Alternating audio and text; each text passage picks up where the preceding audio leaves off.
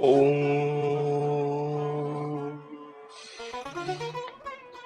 चंडिका देवी को नमस्कार है। श्री जगदम्बिकायै नमः।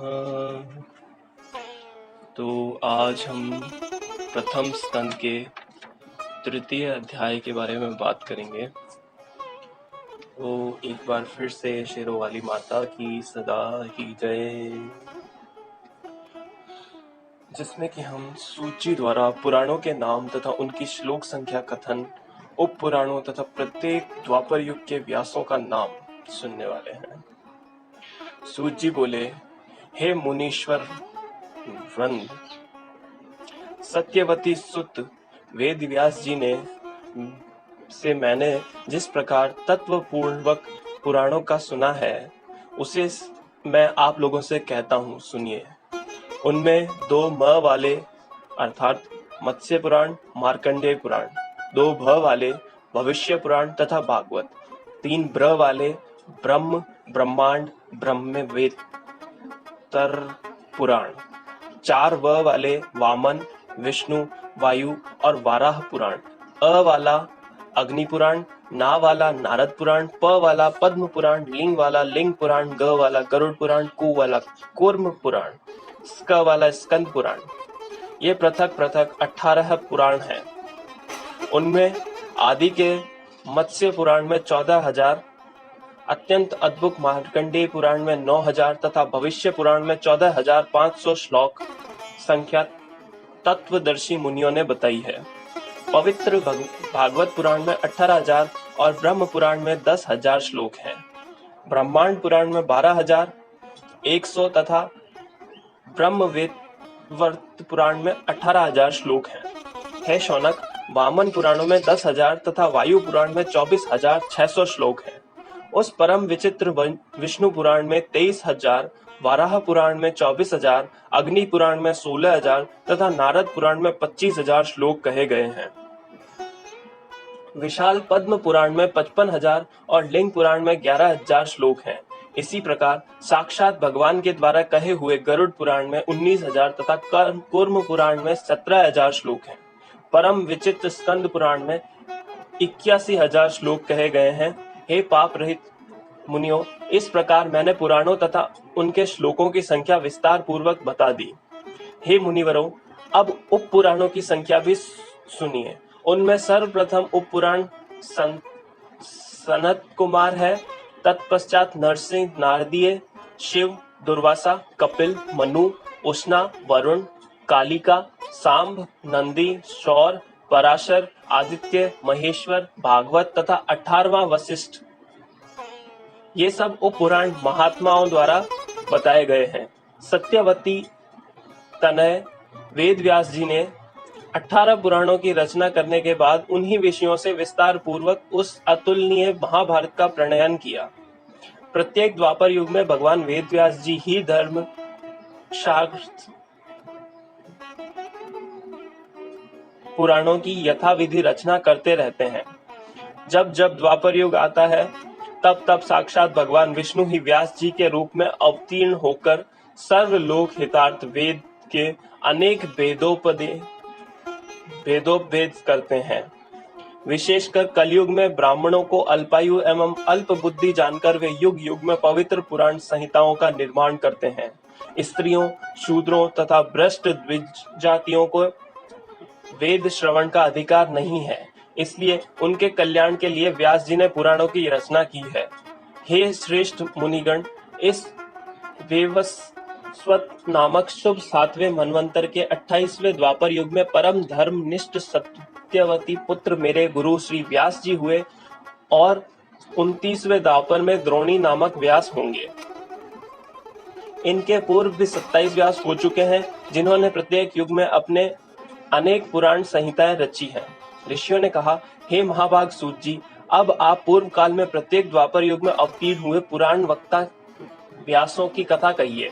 सूत जी बोले, सृष्टि के बाद सर्वप्रथम द्वापर युग में स्वयं ब्रह्मा जी ने ही व्यास के रूप में प्रकट होकर वेदों का विभाजन किया। दूसरे द्वापर में प्रजापति व्यास बने, तीसरे द्वापर में शुक्राचार्य, चौथे द्वापर में बृहस्पति, पांचवें में सूर्य और छठे में यमराज ही साक्षात व्यास बने थे। सातवें द्वापर में इंद्र, आठवें में वशिष्ठ मुनि, नवें में सारस्वत और 10वें द्वापर में त्रिधामाजी व्यास हुए। 11वें में श्री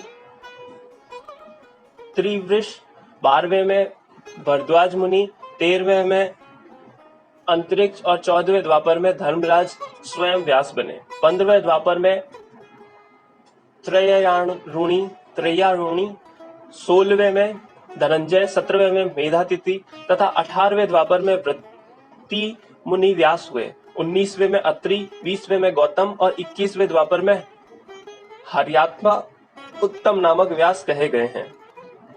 22वें वाजश्रवावेन, 23वें आमुषायण सोम, 24वें में तृणबिंदु तथा 25वें द्वापर में भार्गव व्यास हुए।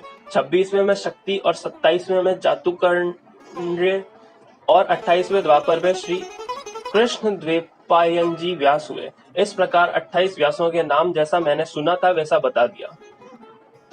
इन्हीं कृष्ण द्वैपायन व्यास जी के द्वारा कहे गए श्रीमद् देवी भागवत पुराण को मैंने सुना था, जो पुण्यप्रद, सब प्रकार के दुखों का नाश करने वाला, सब प्रकार के मनोरथ पूर्ण करने वाला, मोक्षदाता, वैदिक भावों से ओतप्रोत तथा सभी आगमों के रसों से परिपूर्ण, अत्यंत मनोहर एवं मुमुक्ष जनों को सदा प्रिय लगने वाला है।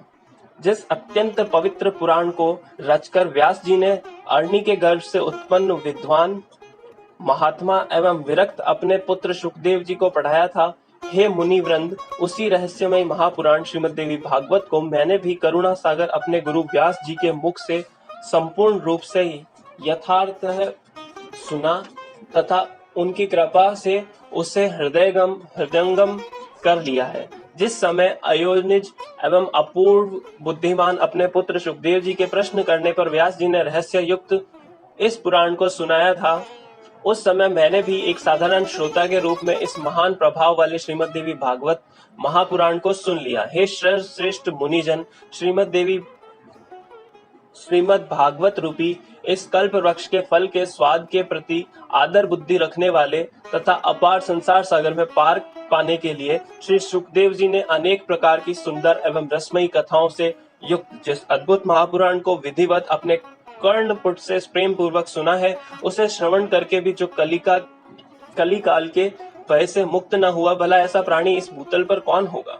वैदिक धर्म से रहित तथा निकृष्ट विचार रखने वाला बड़े से बड़ा पापी मनुष्य भी यदि किसी बहाने इस उत्तम श्रीमद् देवी भागवत महापुराण का श्रवण कर लेता है, तो वह भी निश्चय ही समस्त सांसारिक सुखों को भोगकर अंत में योगी जनों के द्वारा प्राप्त करने योग्य भागवती के नाम से चिन्हित मनोरम तथा अचल पद को प्राप्त कर लेता है। जो प्राणी इस श्रीमद् देवी भागवत पुराण को प्रतिदिन प्रेम से सुनता है, उसके हृदय रूपी गुहा में विष्णु, शिव आदि देवताओं के लिए भी दुर्लभ सर्वश्रेष्ठ विद्या रूपिणी सज्जनों की एकमात्र प्रिया, गुणातीता एवं समाधि द्वारा जानने योग्य वे भगवती निवास करने लगती है। अतः सर्वांग सुंदर इस मानव तन को पाकर संसार सागर के अगाध सलिल से पार होने के लिए जल यान के समान परम सुखदायी श्रीमद् देवी भागवत पुराण एवं उसके वक्ता को प्राप्त करके भी जो मूर्ख इसका श्रवण नहीं करता, वह विधाता के द्वारा वंचित ही कहा जाएगा। इस दुर्लभ मनुष्य देह में दोनों कानों को प्राप्त करके भी जो सांसारिक मनुष्य केवल दूसरों के दुर्गुणों को ही सुनना करता है, वह अधम मंद बुद्धि चारों उत्तम पदार्थों को देने वाला तथा सब रसों से परिपूर्ण एवं निर्मल पुराण को भूतल पर क्यों नहीं सुनता। इस प्रकार 18,000 श्लोकों वाली श्रीमद् देवी भागवत पुराण संहिता के अंतर्गत प्रथम स्कंद का पुराण वर्णन तथा तत्वज्ञ व्यास वर्णन नाम का तीसरा अध्याय। ओम तत्सत।